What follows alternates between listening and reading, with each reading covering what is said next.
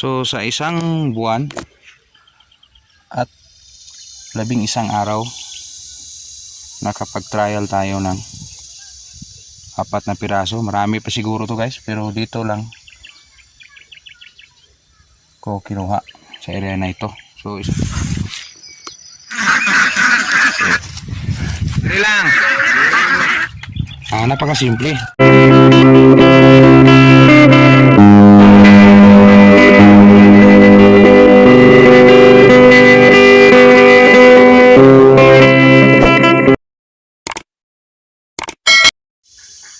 Sakto morning, mga kasakto.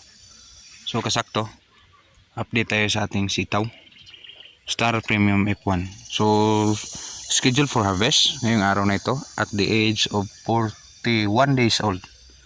So sa isang buwan at 11 araw, nakapag-trial tayo ng 4 na piraso. Marami pa siguro to guys, pero dito lang ko kinuha sa area na ito. So isang puno, grabe yung bunga, pero batang bata pa yung ating sitaw. Yan, try natin na kuhanan siya for the sake na hindi natin gustong may tanda doon sa puno o yung magulangan sa puno. So yan, first time nating humarbis nito, 1 metro at hati. So 4 na piraso sa ngayong first harvest natin. Yan, nakita nyo, pansin nyo ating sitawan. So at the age of 41 days old, makikita at mapapansin natin yung ating tanim na may maibigay talaga na bunga. So sana continue yung ganitong pagpitas natin at masaganang ani. So again, ulitin natin yung edad, 41 days old after seeding, day after seeding yung ating sitaw. So yan, nasin nyo. So itong 4 na piraso, almost yung dalawa mag 2 metro siguro. So medyo late service siguro to, ano na. Pero yung mga talbos niya still continue pa rin sa binibigay natin na balag. Doon sila pupunta. Again, yung first bunga nasa ilalim ito guys. Sa ilalim natin ito nakuha. Maraming sa ilalim, bunga. So hindi natin pansin. Yung ilalim para is hitik na sa bunga. Yung mga bunga na hindi ka nung ka-expect natin na mataas pala yung kanyang bunga. So sa pag harvest nito, sabi nila araw-araw, na iba sabi na interval 1 days, pero sundin lang natin kung ano yung sabi nila, kasi hindi tayo expert, hindi ganin tayo ka galing nito. So ang purpose natin ito na i-share natin ngayon is yung tips o naka-idea tayo ni talungan na nag-harvest pa tayo ng ganito. Instead, araruhin pa natin. So ngayon siguro ang edad nito is hindi pa ganito, hindi pa tayo nakapag-harvest. So insigidas pinairasa natin yan, nabigyan natin ng ganitong automatic, tapos basal yung ipot, tapos automatic nag-seeding tayo. So automatic, mas mabilis din yung harvest. So gaya ngayon, nakapag-harvest tayo ng ilang piraso pa. So first harvest, 41 days old ng ating sitaw. Again, variety Star Premium ng Condor. Ano-ano ba yung mga management? Nasa video lahat. Nasa upload natin sa mga previous video. Nandun na lahat. So yung ating ginawa rito is maintenance na lang. Kala natin sitaw pero damo pala. Ibaw. So pinuputol natin yung pinaka bottom niya. So again, sa pag-manage ng sitaw, sa tingin ko kung mabigyan mo siya ng magandang gapangan, tiyak bibigay ng maraming talbos, at si talbos bibigay din ng maraming bulaklak. Yun. Maraming mga yan, nagdevelop na ito guys. parang akala ko nalapnos. Yun, oh. Lapnos ito. Pero ginanyan ko, kuha ko. Yan, hindi ko expect. Ano na pala? Yung parang karayom. So, bunga na ito. So, pag bunga, napakaganda sa ating pagtatanim. Pag may makita tayo ng ganito, again, schedule for spray. Ngayong mamayang hapon, may nakita tayo na, pero hindi man, kahit konti lang. So, dapat prevention tayo. So, yan, may nakanakang kulubot. So, expected na yan kasi yung ating talong is nandyan. Continue pa rin yung ating talong sa paglaki sa ilalim. Nagdibilo pa siya, hindi fully develop, pero na-under siya ni sitaw. Seeding siya sa ilalim, hindi siya makalaki ng maayos. A few moments later. So kasakto, tapos na tayong pili doon sa ating sitaw. Sinubukan muna natin punan, tapos linisan ng damo, tapos nakita yung mga first na bunga, kinuha. Kasi kayong hapon mag-apply tayo ng insecticide. So for mag-apply, kukunin nyo muna yung mga bunga na nauna, kasi sayang naman. Nandito pansin nyo yung ating Baguio beans. So ano ba yung ating Baguio beans? Edad, again yung edad nya hindi gaya ni area 1, kasi yung area to malumanay pa. So second batch ito doon sa ating area to.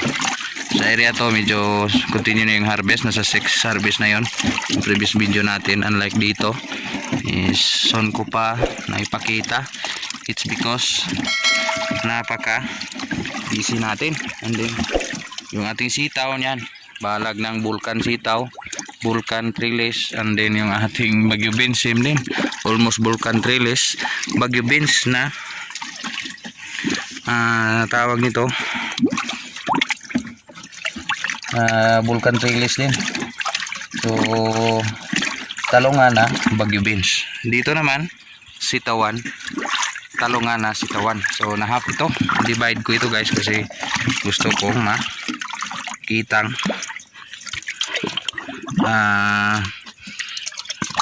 at magaya ng ating kapwa farmers yung ating ginawa na tanim, kasi makasave tayo sa land preparation. Yan yung kasalukuyang ginagawa ko ngayon. Ito yung ating pakain. Again, isang sardinas, isang sakto, dalawa, so tatlo na kasi ito guys, pakain ng ating sitaw, kasi marami na talbos. At isa pa doon yung ating katawan ng ating sitaw is malaki-laki na. So yan, 16 liter yan, routine yan kahit anong tanim natin, masitaw man, malitos. Pero yung litos medyo tapang-tapang ng konti.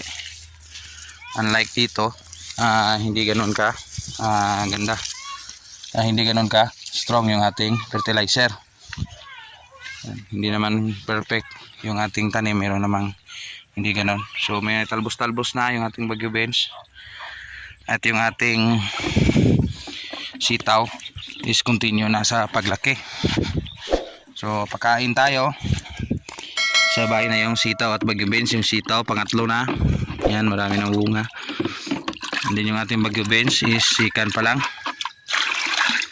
So take note guys, kada fertilizer mas mabuti na proper mixing. Yun ang para makuha yung best result. 1 litro, 4 na puno ang ating pakain. Again, nagtatanong anong pakain to? Siyempre may bunga na, so alam niyo na yon. Kung may bunga agad, gaya nito, marami na. Yung ipakain is potassium.